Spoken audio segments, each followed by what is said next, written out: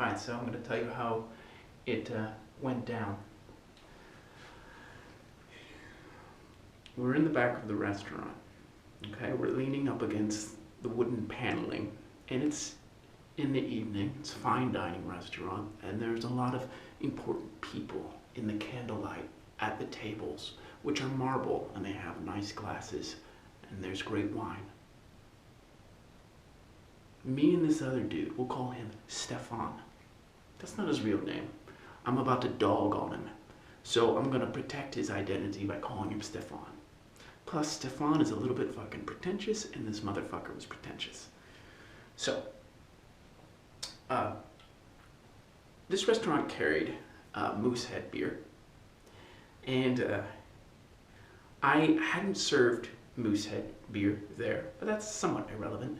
I wanted to open this up and pour it at the table, right? Because that's what you do in fine dining. And I forgot to bring my wine key. Now, a wine key is good for opening up a bottle of wine, like this, right?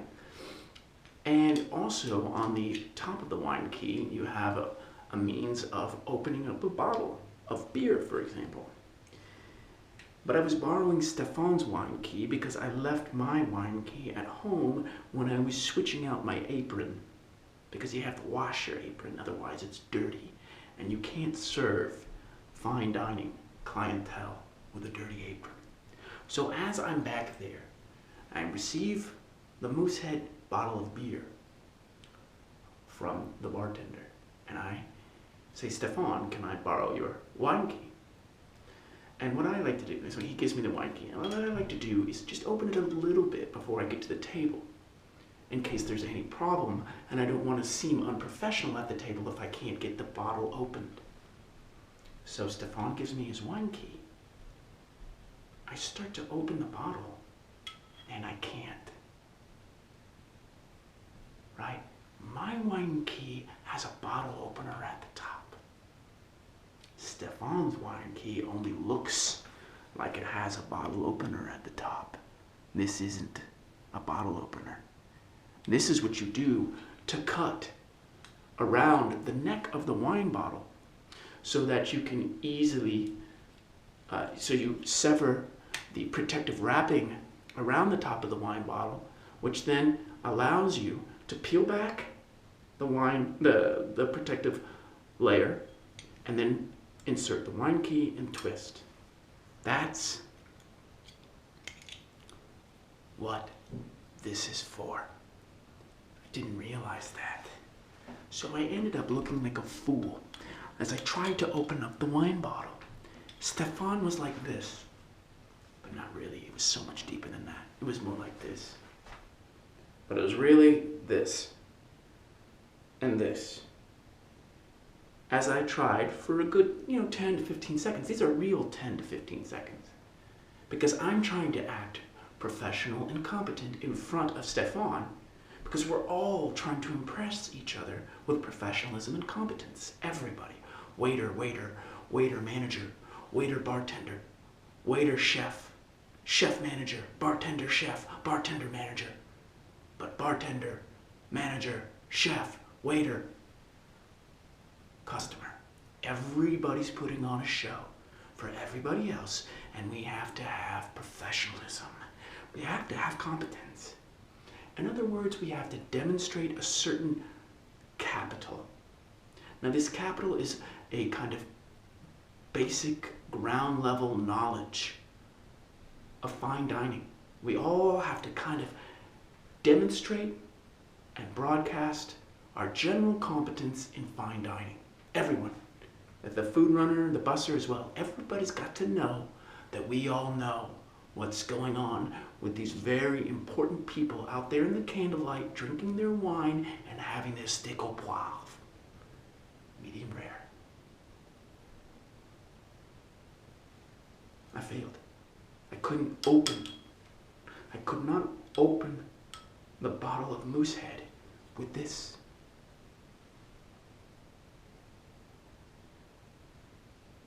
I failed to demonstrate the proper fine dining capital and was summarily executed in the minds of everyone who saw me.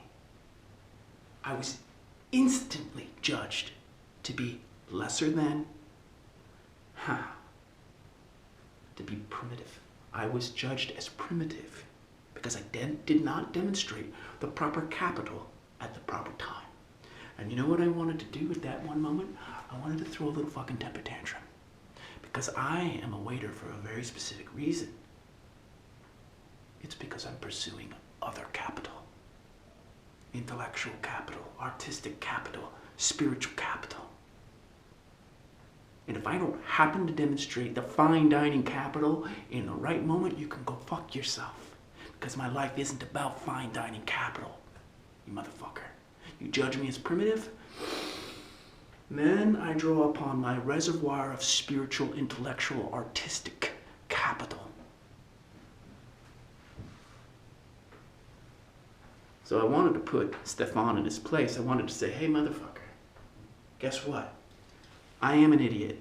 This can't open this. I get you. I know what you're saying. Hey, but did you know that I was translating Aristotle's Metaphysics when I was fucking 20? That I read the complete works of Nietzsche when I was 23? That I worked with a world-renowned philosopher of grand unification theory before I was 30? And I worked with him personally? Did you know that that's actually why I'm here in this fucking apron? With my nice pressed and ironed shirt, starched?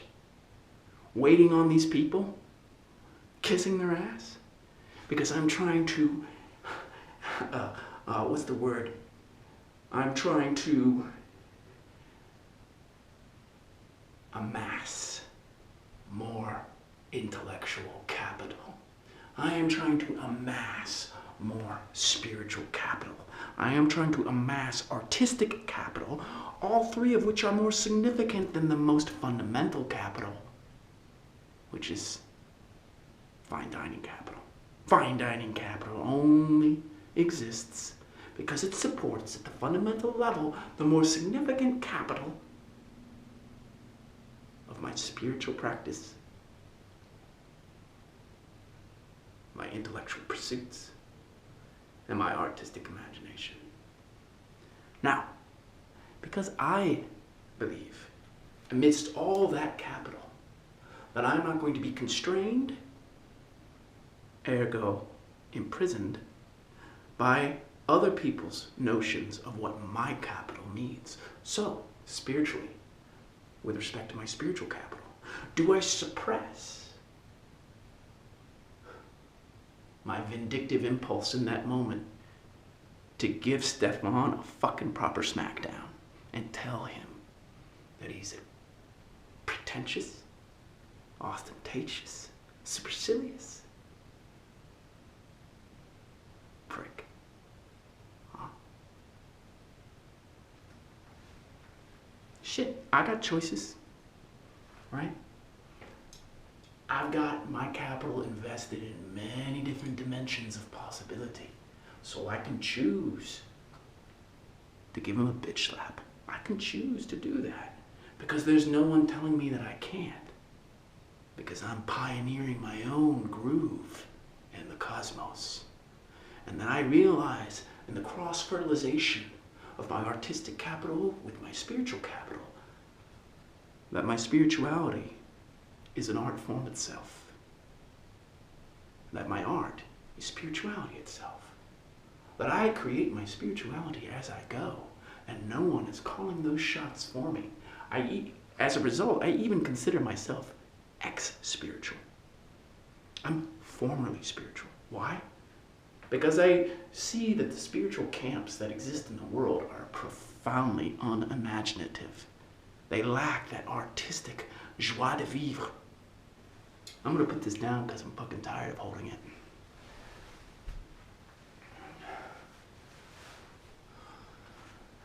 When I approach a table, only explicitly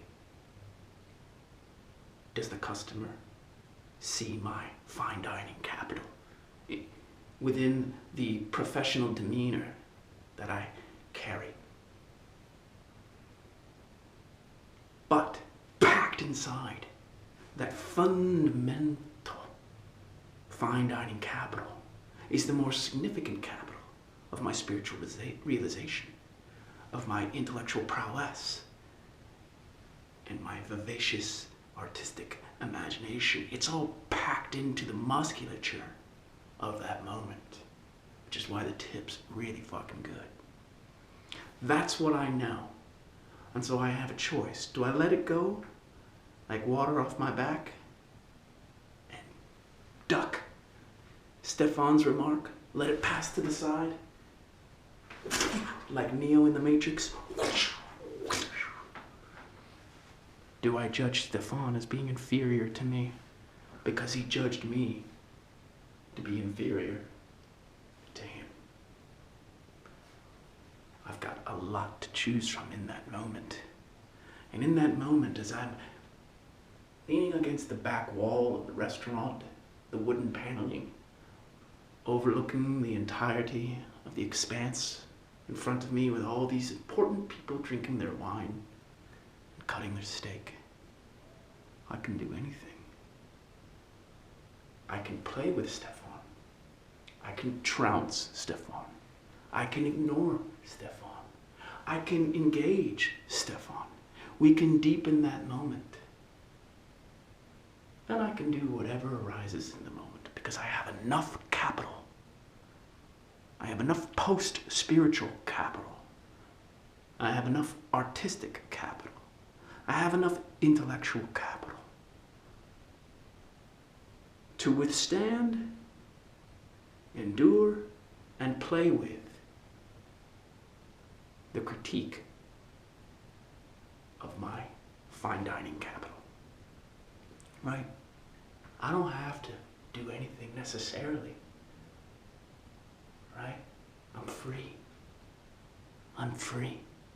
That's why I'm waiting tables, so I can enjoy an epiphenomenal freedom that emerges from getting those basic needs taken care of: the food, the rent, the clothes, access to culture, all of which is taken care of by the tips. So, when I approach a table as a realized being, you can bet that I'm outshining Stefan. I can even relish that just a tiny bit. I can say to myself, wow, Stefan doesn't approach a table the way I approach a table. Huh, what a petty little creature. I can say that. I can have fun with that, like it's a seasoning on my steak. Or I can choose to eat the steak without seasoning, because the steak is so tender and it's cooked just perfectly. Medium rare. And of course my company, the beautiful woman who accompanies me. I appreciate her too. And so I asked the waiter for the check. And Mr. Mark Benet comes over. And we're having this moment of shared identity. Mark Benet, the customer, Mark Benet, the waiter.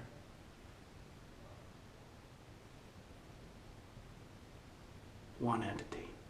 Because the spiritual capital, the post-spiritual capital, the intellectual capital, the artistic capital, capital of the heart, the affective capital of the heart is overflowing. And I wave to myself as I exit the restaurant with my lovely lady, and I pick up the check that I left for myself, and I open it up. Oh, how amazing. $100 tip on a $100 meal.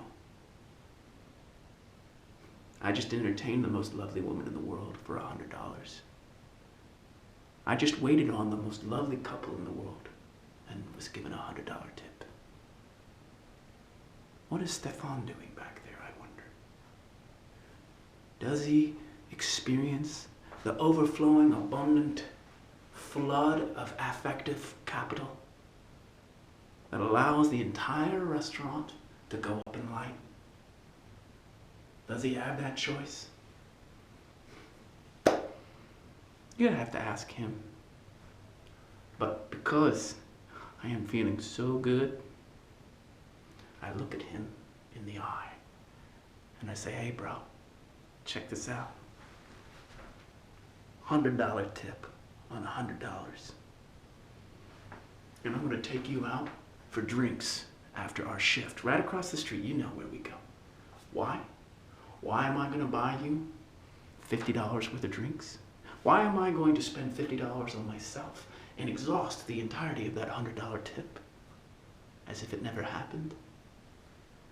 Because if it weren't for you, Stefan, if it weren't for your pettiness, for your need to feel superior to me, I wouldn't have become superior to myself.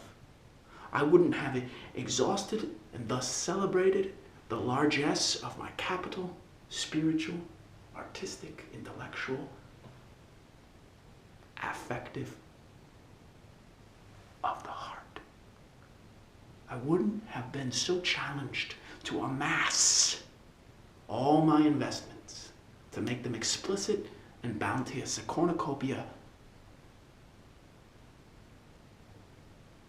You judged me, you little motherfucker. You thought that your fine dining capital superseded all other considerations. You don't realize that your fine dining capital is the scaffolding upon which I heap all my capital of the mind, of the heart. It's all about capital, bro. Until all that capital just dissolves in the wind and scuttles across the sidewalk like a dead leaf, catching up to the heels of that lovely lady that I wined and dined and who I'm taking home to my bed tonight.